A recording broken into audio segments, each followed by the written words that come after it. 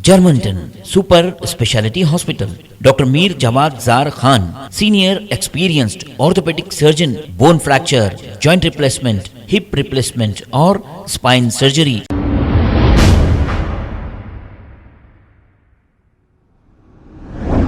अस्सलाम वालेकुम नाजरीन, 7H न्यूज में आपका इस्तकबाल है। रशीद खान कांग्रेस टीपीसीसी सेक्रेटरी ने केसीआर को अपनी तनकीद का निशाना बनाते हुए ये कहा है कि जिस तरह दलित बंधु स्कीम में हिंदू भाइयों को 10 लाख रुपए दिए जा रहे हैं, मुसलमान भाइयों को भी 10 लाख रुपए देना चाहिए, क्योंकि केसीआर ने मुसलमानों को 9 साल के दौरे हुकूमत में सिर्फ वादे किए हैं, जैसे 12% वगैरह, और इनके दौरे हुकूमत में सिर्फ मस्जिदों को शहीद किया गया है। अब मुसलमान इतने कमजोर हो चुके हैं, तालीमी मैदान में भी और माली हालात से भी बहुत परेशान हो चुके हैं। अब ये अपने लड़कियों के शादियां भी नहीं करा सक रहे हैं। कई लड़कियां शादी के इंतजार में बूढ़ी हो जा रही हैं या फिर बाल सफेद हो जा रहे हैं। इनको भी 10 लाख रुपए देनी चाहिए। इतने परेशान और इतनी गुर्बत में हैं मुसलमान भाई। रशीद खान ने बड़े ही जज्बाती अंदाज में ये तक कह दिया कि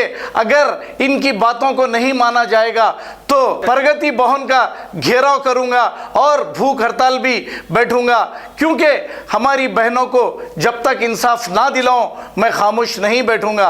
इन्होंने ये कहा, और क्या कहा आइए सुनते हैं इन्हीं की जुबानी। तो राशिद खान का एक मुतालिबा है कि जिस तरीके से आप दलितों को एक घर को 10 लाख का ऐलान करें, उसी तरीके से मुस्लिम बंधु का भी ऐलान करो। हमको भी 10 लाख रुपए दो। हम एजुकेशनली, सोशली, फाइनेंशियली बैकवर्ड है, हमारी भी मदद करो केसीआर। याद रखो, तुम 9 साल के दौरे हुकूमत में मुसलमानों को कुछ नहीं दिए, बैठने वाला। और याद रखो अकबरुद्दीन ओवैसी, आप समझते हैं कि आप 15,000 स्टूडेंट्स को पढ़ा के बहुत बड़ा काम कर रहे, आप 25 साल से एमएलए हैं, आपको एहसान नहीं कर रहे। आपके जाति पैसों से आप पढ़ा रहे क्या? अच्छा चलो, जाति पैसों से पढ़ा रहे तो बहुत अच्छी बात है, मगर आप एहसान करें वैसा नको बताओ हमारे को। हर वक्त हमको जलील रुसवा कर रहे हैं आप पूरों के सामने। मैं 15,000 बच्चों को पढ़ा रहा हूं, 15,000 बच्चों को पढ़ा। अरे 25 साल से आप एमएलए। आपके बड़े भाई असदुद्दीन एक महल में रहते जिसका दाम 500 करोड़ का है, 2 करोड़ की गाड़ी में फिरते, और आप किस कैफियत से बोल रहे हैं असेंबली में कि वक्त की जायदाद अल्लाह की जायदाद है, लूट रही है, लूट रही है। अरे जाके हो, एमआईएम के भरोसे पे मत रहो। एमआईएम की खुद जमीन हिली हुई है, बोखलाहट का शिकार बने हुए असदुद्दीन ओवैसी। इसीलिए अकबरुद्दीन ओवैसी कह रहे हैं कि हम 50 सीटों पे इलेक्शन में अपना कैंडिडेट ठहराएंगे। उनके ऊपर एतबार कर रहे हैं आप। आपके मुहिम में मुसलमान सड़कों पर उतरा, अपने नौकरियों को कुर्बान करके अपने जानो माल की हिफाजत करे बगैर सड़कों पे उतरा, एहतजाज करा, रियासत तेलंगाना कायम हुआ, मन उनके साथ इंसाफ मिला क्या? क्या हमारे को नौकरी मिली? हम पसमंदा हालत में हैं आज। अपॉइंटमेंट देना, वक्त देना और इस रिप्रेजेंटेशन का मेरे को जवाब देना। और अल्लाह की कसम, अगर से आप जवाब नहीं देंगे और नजरअंदाज करेंगे रिप्रेजेंटेशन को, तो मैं एग्रेसिव एजिटेशन का मैं ऐलान करूंगा। मैं प्रगति भवन का घेराव करूंगा, भूख हड़ताल पे मैं बैठूंगा पूरे मुसलमानों के साथ, दलितों के साथ, रास्ता रोकों का पैदा खोलेंगे। आए मुसलमानों, याद रखो, ये दुश्मन इस्लाम है केसीआर। अगर से इसको सबक सिखाना है तो सड़कों पे उतरना होगा, हक का मुतालिबा करना होगा, हक को छीनना होगा। खामोश बैठेगा तो ये रोक देगा मुसलमानों को, और मुसलमान तब खामोश नहीं बैठ डाला। दलित भाइयों के साथ उतर कर आपकी सालियारा के दिन हो रहा। अरे शर्म करो केसीआर साहब, हमारे मस्जिदा टूट गए, कभी मस्जिदों की बात करें आप। अनीसुल गुरबा 2017 में आप 25 करोड़ का एलोकेशन करें, आज तक बन रहा हो अनीसुल गुरबा, मगर आपका सेक्रेटरिएट मिसवार भी हो गया, बन भी गया, तैयार भी हो गया। हमारे यतीम बच्चे कहां वहां पर? हमारे बिस्मिल्लाहिर्रहमानिर्रहीम, अस्सलाम वालेकुम, नमस्ते, सत श्री अकाल। आज मैंने जो प्रेस कॉन्फ्रेंस मुनक़िद किया वो मुसलमानों की बका के लिए। आपको बताता चलूं कि 9 साल के दौरे हुकूमत में केसीआर के जितने वादे थे पूरे वादे खोखले निकले, बेबुनियाद निकले और हक तलफी हुई। फरवरी 3 से लेके फरवरी 12 तक असेंबली सेशन चला और ये असेंबली सेशन में कहीं पर भी मुसलमानों की बात नहीं हुई। जमा खर्ची की बात हुई, लफाजी हुई, एक दूसरे को तनकीद कर रहे हैं, ड्रामा चल रहा था। आपको बताता चलूं कि दौरे हुकूमत केसीआर के 9 साल में मुसलमान को कहीं से राहत नहीं मिली, अक़लियतों को कहीं से राहत नहीं मिली। आपको बताता चलूं कि 2016 में मुसलमानों की माशी हालत किस तरह है ये पहचानो बोलकर केसीआर ने जी सुधीर आईएएस ऑफिसर को अपॉइंट किया, ये बोलकर कि पता करो, तहकीक करो कि मुसलमान किस हाल में रहते तेलंगाना में। उसके बाद में सुधीर कमीशन की एक रिपोर्ट आई। सुधीर कमीशन की यह रिपोर्ट कहती है कि 43% मुसलमानों के पास जाति घर नहीं है, 60% मुसलमान बिलो पॉवर्टी लाइन है, 40% मुसलमानों के पास सेविंग्स नहीं है, 19% सिर्फ मुसलमान नौकरियों पर है, 16% बच्चे स्कूल को नहीं जाते, 85.2 खवातीन एजुकेशनल इंस्टीट्यूशन से ड्रॉप आउट है, 85% मुसलमान बैकवर्ड है। तब यह रिपोर्ट से पता चल गया कि मुसलमान socially, economically, financially, educationally backward है। उसके बाद भी केसीआर ने हमें राहत नहीं दिया। आपको बताता चलूं कि यह आरटीआई रिपोर्ट है, यह कोई मन गढ़ कहानी नहीं है। यह आरटीआई रिपोर्ट यह कहती है कि 9 साल के केसीआर के दौरे हुकूमत में माइनॉरिटी को 12,600 करोड़ एलोकेशन हुआ, पर खर्च कितना हुआ? सिर्फ 7,000 करोड़। आप समझ सकते हैं कि किस तरीके से नाइंसाफी हो रही।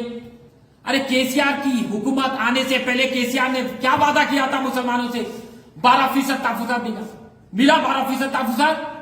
यहां से तो एक रेजोल्यूशन पास हुआ, सेंटर में कोई उसकी नुमाइंदगी किए, उसकी पैरवी करे, कोई नहीं करे, और 12% तहफुजात मिल ही नहीं सकता। तो मंडल बॉडी क्या कहता है कि एक रियासत में सिर्फ 50% तक तहफुजात दे सकते, और ये 50% को क्रॉस कर रहा है। केसीआर को यह अच्छी तरीके से मालूम था कि 12% नहीं मिलता, फिर भी गुमराह करने मुसलमानों को उसने 12% का वादा किया। मिला 12%? नहीं मिला। आज हमारा 4% तहफुजात भी सुप्रीम कोर्ट में एजुकेशन कॉन्स्टिट्यूशन बेंच पे आज उसके ऊपर तलवार लटक रही है, और मैं दावे से कह रहा हूं कि ये 4% तहफुजात भी रद्द करने वाली है सुप्रीम कोर्ट। अब जाके 3% हो गए हमारे तहफुजात मुसलमानों के। वक्फ बोर्ड को जुडिशियल पावर दे तो बोले दिए, जुडिशियल पावर देते तो अकाउंटेबिलिटी आती थी, पावर आता था, ट्रांसपेरेंसी आती थी, एक कमीशन बनता था, कमीशन रहता था। आप मेरे को बोलो कहीं पर भी आप सुने कि मंदिर की जमीन कब्जा हो रही है, गौशाला की जमीन कब्जा हो रही है, शमशान घाट की जमीन कब्जा हो रही है? कहीं पर भी हम नहीं सुनेंगे। तो उनके लिए एंडोमेंट, हमारे लिए क्या है? 80% से भी ज्यादा वक्फ के जायदादों पर कब्जा हो चुका, रिकॉर्ड रूम लॉक है, गजट के कॉपी चुरा लिए, और उसके बाद में केसीआर डंके की चोट पे कहते हैं कि वो सेक्युलर सीएम है। सीएम आप सेक्युलर कहीं से भी नहीं है। चाहे तो आप जुडिशियल पावर दे सकते थे वक्फ बोर्ड को, आप दिए नहीं दिए। हम मुसलमानों का हर वक्त आप मजाक उड़ाते गए, और जब बात आती है डबल बेडरूम की, आप 3 लाख डबल बेडरूम का वादा करें, उसके हिसाब से मुसलमानों को 30,000 तो भी डबल बेडरूम मिलना, सिर्फ 1,000 मिले। 1,000 डबल बेडरूम फ्लैट मुसलमानों को मिले, या भी ना इंसाफी। फिर जब बात आती है माइनॉरिटी फाइनेंस कॉर्पोरेशन में, अरे 2016 से लेके अब तक कहीं पर भी किसी ने लोन नहीं दिया। अब जाके 120 करोड़ का लोन दे रहे हैं, बैंक सब्सिडी लोन, वो भी किस तरह? हम सफों पे ठहरे, हमारा मजाक हो रहा है, अब भीख दे रहे हैं क्या? ये तो हमारा हक है। माइनॉरिटी फाइनेंस कॉर्पोरेशन ने किसको भी सेल्फ एम्प्लॉयमेंट स्कीम जो है उससे फायदा हुआ? Pre matric, post matric overseas scholarship मिली, स्किल डेवलपमेंट प्रोग्राम हुआ। 2014 से लेकर अब तक माइनॉरिटी फाइनेंस कॉर्पोरेशन के दफ्तर में जाने थे, वहां पर हमें इंसाफ नहीं मिला। और बताता चलूं कि रियासत तेलंगाना में हमारे केसीआर साहब 90p के इस गफलत में रहते कि इमाम साहब और मौजूम साहब की तनख्वाह देना नहीं मालूम उनको। अरे सुप्रीम कोर्ट का एक जजमेंट है कि इमाम साहब और मौजूम साहब को तनख्वाह देना दूसरी रियासत में दे रहे, आप क्यों नहीं दे रहे बराबर? मेरे को बताइए केसीआर साहब, आप क्यों नहीं दे रहे? आप बोलते हैं सेक्युलर सीएम, सेक्युलर सीएम, और रियासत तेलंगाना में जब एग्रीकल्चर लैंड की बात आती है तो 44% एग्रीकल्चर लैंड बीसी के पास है, 43% फॉरवर्ड क्लास के पास है, एससी के पास 7% है, एसटी के पास 4% है, अखिलियतों के पास कितने हैं मालूम? सिर्फ 2%। अब आप मेरे को बोलो, सेटलमेंट कॉर्पोरेशन जहां पर बच्चे कोर्स कर बाहर मुमालिक में जाकर नौकरी ढूंढ सकते हैं, प्लेसमेंट का काम करते हैं सेटलमेंट, क्या सेटलमेंट का चेयरमैन कहां है मेरे को बताइए? सेटलमेंट का चेयरमैन भी नहीं है। तो हर शोबे हयात में हमारे को सिर्फ धोखे से धोखा मिला। अरे कुल मिला के रियासत तेलंगाना में 50 लाख मुसलमान है, 43.2% आबादी शहर हैदराबाद में, हैदराबाद डिस्ट्रिक्ट में है। मगर हैदराबाद में पुराने शहर में मेट्रो रेल आया, रोड वाइंडिंग हुई, बस्तियां सीधे हुए, किसी को नौकरी मिली, कहीं पर भी कुछ भी नहीं हुआ। आप मेरे को बताओ केसीआर साहब, हम खामोश कैसा बैठना? हम मुतालिबा करते करते थक गए, मगर आप सुनने के लिए तैयार ही नहीं है। और जब बात आती है आपकी हक की, जिद की, तो आप क्या करें? इलेक्शन जीतने के लिए दलित बंधु का ऐलान करें। हमारे को दलित बंधु से कोई नाराजगी नहीं है, दलित हमारे भाई है, हिंदुस्तानिया है। और अब दलित बंधु में कुल मिला के अब तक 5,000 करोड़ खर्च कर डाले, कम से कम 50,000 घरों को दलित बंधु से फायदा हुआ। दलित बंधु मतलब एक घर को 10 लाख रुपए। और ये साल दलितों के डेवलपमेंट के लिए आप 21,000 करोड़ का एलोकेशन करें बजट सेशन में, और माइनॉरिटी के लिए सिर्फ 2,200। क्या ये नाइंसाफी नहीं है? हम कह रहे हैं कि आप दलित के साथ इंसाफ कर रहे, बेहतरीन बात करो, दलित भी पसमानदा हालत में। मगर सुधीर कमीशन की यह रिपोर्ट कहती है कि मुसलमान, दलित और गिरिजन आदिवासी से भी पसमानदा हालत में है, बिछड़े हुए है, गरीब है, लाचार है, परेशान हाल में है। तो राशिद खान का एक मुतालिबा है कि जिस तरीके से आप दलितों को एक घर को 10 लाख का ऐलान करें, उसी तरीके से मुस्लिम बंधु का भी ऐलान करो, हमको भी 10 लाख रुपए दो। हम एजुकेशनली, सोशली, फाइनेंशियली बैकवर्ड है, हमारी भी मदद करो केसीआर। याद रखो, तुम 9 साल के दौरे हुकूमत में मुसलमानों को कुछ नहीं दिए। क्या चल रहा था असेंबली सेशन में? टॉम एंड जेरी का एपिसोड चल रहा था। कभी अकबर टॉम तो केटीआर जेरी, कभी केटीआर टॉम तो अकबर जेरी, एक दूसरे को तनकीद कर रहे, ड्रामा कर रहे। और आप क्या समझ रहे केसीआर साहब? आप एमआईएम को, असदुद्दीन ओवैसी, अकबरुद्दीन ओवैसी को बता के क्या वोट बटोर लेंगे?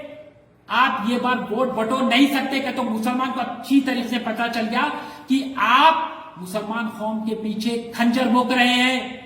याद रखो, एमआईएम के भरोसे पे मत रहो। एमआईएम की खुद जमीन हिली हुई है, बोखलाट का शिकार बने हुए असदुद्दीन ओवैसी। इसीलिए अकबरुद्दीन ओवैसी कह रहे हैं कि हम 50 सीटों पे इलेक्शन में अपना कैंडिडेट ठहराएंगे। उनके ऊपर एतबार कर रहे हैं आप। आपके मुहिम में मुसलमान सड़कों पे उतरा, अपने नौकरियों को कुर्बान करके, अपने जानो माल की हिफाजत करे बगैर सड़कों पे उतरा, एहतजाज करा, रियासत तेलंगाना कायम हुआ, मन उनके साथ इंसाफ मिला क्या? क्या हमारी कोई नौकरी मिली? हम पसमानदा हालत में हैं आज। और याद रखो केसीआर साहब, आपको मुसलमान बंधु देना होगा। कल इंशाल्लाह मैं, ये रिप्रेजेंटेशन तैयार है, आपको रिप्रेजेंटेशन भेजूंगा मैं मुस्लिम बंधु का। आप मेरे को अपॉइंटमेंट देना, वक्त देना, और इस रिप्रेजेंटेशन का मेरे को जवाब देना। और अल्लाह की कसम अगर से आप जवाब नहीं देंगे और नजरअंदाज करेंगे रिप्रेजेंटेशन को, तो मैं एग्रेसिव एजिटेशन का मैं ऐलान करूंगा। मैं प्रगति भवन का घेराव करूंगा, भूख हड़ताल पे मैं बैठूंगा पूरे मुसलमानों के साथ, दलितों के साथ, रास्ता रोको का प्रोग्राम को आगे बढ़ाऊंगा, आपकी कॉन्वॉय रोक दूंगा और आपके लिबास को तार तार कर दूंगा अगर से मुसलमान को मुस्लिम बंधु नहीं देंगे तो। और ये मुस्लिम बंधु का जो एजिटेशन रहेगा इसमें मुसलमान के साथ दलित भाई भी रहेंगे। आज देखो ये दलित भाई है, नरेश कुमार इनका नाम है। आज इनकी भी ये कैफियत है कि हाँ अगर से दलित बंधु इनको मिल रहा तो हमें भी मुस्लिम बंधु मिलना चाहिए बोल के वो आके कह रहे हैं कि हाँ राशिद भाई आपको भी, आपके कौम के लोगों को भी मुस्लिम बंधु मिलना, ये कैफियत है। तो हमारे एहतजाज में हिंदू भी शामिल रहेगा, मुसलमान भी शामिल रहेगा। तो मैं अदबन गुजारिश करता हूं सारे लोगों से कि ये मुस्लिम बंधु के मकसद को समझो। राशिद खान कोई अपने आल औलाद के लिए काम नहीं कर रहा है, मुसलमान कौम के लिए काम कर रहा है। तो आज मेरे बहनों की शादी नहीं हो रही है, मेरे बहनों की डोरी नहीं उठ रही है, मेरे मां बाप कमजोर है, ज़ईफ है, मेरे बच्चों को पहनने के लिए लिबास नहीं है, हाथ में कलम नहीं है, मैं खामोश कैसा बैठूं? नहीं बैठने वाला।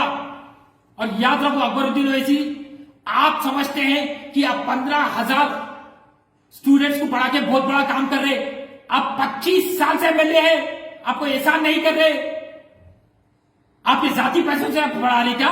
अच्छा चलो जाति पैसों से पढ़ा रहे तो बहुत अच्छी बात है, मगर आप एहसान करें वैसा नको बताओ हमारे को। हर वक्त हम आपको जलील रुसवा कर रहे हैं आप पूरों के सामने। मैं 15,000 बच्चों को पढ़ा रहा हूं, 15,000 बच्चों को पढ़ा, अरे 25 साल से आप एमएलए। आपके बड़े भाई असदुद्दीन एक महल में रहते जिसका दाम 500 करोड़ का है, 2 करोड़ की गाड़ी में फिरते, और आप किस कैफियत से बोल रहे हैं असेंबली में कि वक्त की जायदाद अल्लाह की जायदाद है, लूट रही है, लूट रही है। अरे जाके दारुसलाम में अगर से आप 70% लोगों की शेरवानी झटकेंगे ना तो वहां पे से ही जितने वक्त के जायदादों पे कब्जा हुआ वो वक्त की जमीन वो शेरवानी से गिरेंगे जाके। जर्मनटन super speciality hospital, doctor Mir Jamat Jar Khan, senior experienced orthopaedic surgeon, bone fracture, joint replacement, hip replacement और स्पाइन सर्जरी कामयाबी से अंजाम दे रहे हैं। इसके अलावा neuro surgery, cardiology, gynaecology, dental, general medicine, dialysis और फिजियोथेरेपी जैसे शोबाजात में इंतहाई कामयाबी के साथ वाजबी फीस में इलाज किया जा रहा है। शेयरिंग और प्राइवेट रूम्स, अस्पताल में 24 घंटे MRI, CT scan, 2D digital x-ray, ultrasound, operation theatre, ICU और लैब की सहूलत दस्तयाब है। आपकी उम्मीदों के ऐन मुताबिक Germanten super speciality hospital, pillar number 150, Attapur, Hyderabad. खबर है शहर की, खबर है गाँव की, खबर है सारी दुनिया की। 7H न्यूज पसंद आए तो लाइक कीजिए, शेयर कीजिए और सब्सक्राइब करना ना भूलें। 7H news.